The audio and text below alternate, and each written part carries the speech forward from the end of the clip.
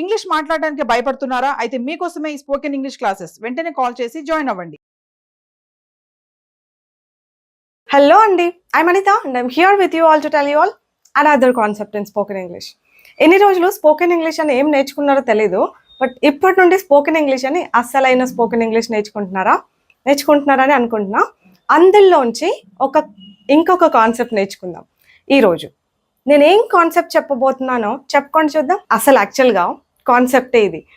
మనం ఎవరికైనా ఫోన్ చేసి ఎక్కడున్నానో చెప్పుకో, నేను ఏం తిన్నానో చెప్పుకో, ఇట్లా అంటాం రైట్. మనం చెప్పండి చూద్దాం చెప్పుకో ఇట్లా అంటాం రైట్ కదా తెలుగులో.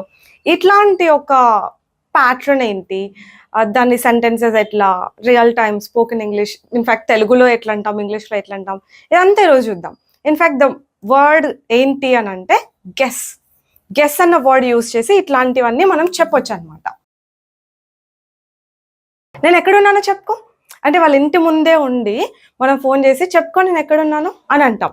లేదంటే నేను మా ఊరికి వెళ్ళి వీడియో కాల్ చేసి నేను ఎక్కడున్నానో చెప్పుకో చూద్దాం అని అంటాను అనమాట. సో ఎట్లా చెప్పాలి? గెస్ వేర్ ఐ యామ్ అని అంట.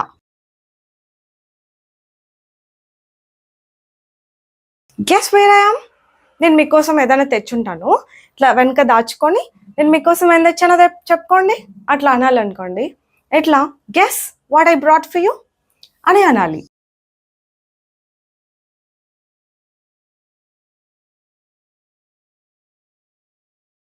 నేను నీకోసం ఏం వండుతూ ఉన్నానో చెప్పుకో. వీడియో కాల్ చేసి అంటాను అనమాట మా పిల్లలతో, వాళ్ళు ఎక్కడో ఉంటారు బయట. కిడ్స్, నేను మీకోసం ఈరోజు ఏం వండుతున్నానో చెప్పుకోండి. Guess what I'm cooking for you today. Guess అన్నది కామన్గా వస్తుంది. ఇంకా ఏం చేస్తున్నానో చెప్పుకోవట్లే. ఈ పక్కన సెంటెన్స్ ప్రజెంట్ పాస్ట్ ఫ్యూచర్ ఏదన్నా చెప్పుకోవచ్చు, బట్ చెప్పు గెస్ చేయి. గెస్ని తెలుగులో ఏమంటారబ్బా ఏమో తెలీదు, బట్ చెప్పుకో అట్లా తెలుగు అంటాము. అట్లాంటప్పుడు అంతా ఇట్లా గెస్ అని యూజ్ చేయొచ్చు. Guess what I'm cooking, guess what I'm cooking. నేను ఈ కాన్సెప్ట్ చెప్పిన ప్రతిసారి అందరికి వచ్చిన డౌట్ ఏంటంటే, క్వశ్చన్ కదా మనం అడుగుతున్నది, గెస్ వేర్ ఆమ్ ఐ కదా అనాలి. Guess what did I brought for you ఇట్లా కదా చెప్పాలి. వాట్ ఆమ్ ఐ కుకింగ్ ఇలా కదా అనాలి అని. ఇక్కడ యాక్చువల్గా గెస్ అనడంతో క్వశ్చన్ అయిపోతుంది. ఇంకా ఇటుపక్కన ఉన్నదంతా ఒక సెంటెన్స్ అనమాట, సెంటెన్స్ లాగా. This is how it should be, ఇట్లనే ఉండాలి. ఇక్కడితోటే ఒక క్వశ్చన్ అయిపోయి ఉంటుంది. గెస్ చేయి అనడంలోనే ఒక క్వశ్చన్ అయిపోయి ఉంటుంది. కాబట్టి ఇంక ఇటుపక్కన మళ్ళీ క్వశ్చన్ లాగా ఉండకూడదు, 100% ఉండకూడదు. ఓకేనా? నేను నీకోసం ఏం కొన్నానో చెప్పుకో, ఇక్కడ ఏం తెచ్చానో లాగా. పాస్ట్ అయితే కనుక డైరెక్ట్గా V2 ఫార్మ్ యూజ్ చేసేసేయండి. Guess what I bought for you, guess what I bought for you. ఇంకా ఇలాంటివే కాదు, ఒక్కొక్కసారి సెంటెన్స్ లాస్ట్లో ఈజ్ వస్తుంది. అలాంటి సెంటెన్సెస్ కూడా ఉంటాయి. ఎలా అంటే, వాళ్ళు ఎక్కడున్నారో చెప్పుకో, వాళ్ళు ఎక్కడున్నారో చెప్పుకో, వాళ్ళు ఎవరో చెప్పుకో, ఇంకా నా పేరేంటి చెప్పుకోండి, ఇట్లాగ అనమాట. Guess what my name is, guess what my name is.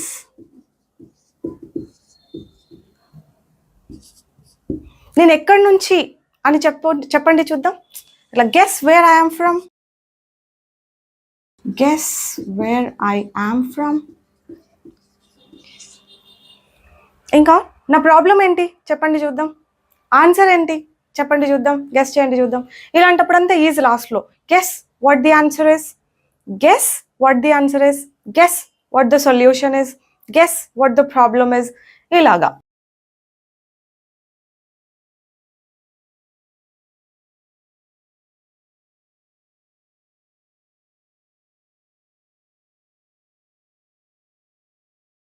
C guess what the answer is, guess what the solution is. అంటే ఆన్సర్ అంటే గెస్ చేయండి చూద్దాం అన్న మీనింగ్ ఇక్కడ పెట్టట్లేదు, కానీ that's how we speak in తెలుగులో అట్లనే అంటాం అనమాట. గెస్ చేయండి నా పేరేంటి, గెస్ చేయండి ప్రాబ్లం ఏంటి, గెస్ చేయండి ఆన్సర్ ఏంటి, గెస్ చేయండి నా పేరేంటి అని చెప్పాలంటే guess what my name is. ఇక్కడ ఈ సెంటెన్స్ బాగా అబ్జర్వ్ చేయండి, తెలుగు సెంటెన్స్. నా పేరేంటో గెస్ చేయండి, guess what my name is. ఇక్కడ ఎందుకు మనం సెంటెన్స్ లాగా, I mean guess what is my name అని ఎందుకు అనము అని అంటే, నా పేరేంటో గెస్ చేయండి అని అంటున్నాం తప్ప నా పేరేంటి అని రావట్లేదు. వాట్ ఈస్ మై నేమ్ అంటే నా పేరేంటి కదా, కానీ నేను అంటున్నది నా పేరేంటో కాబట్టి guess what my name is అని అనాలి.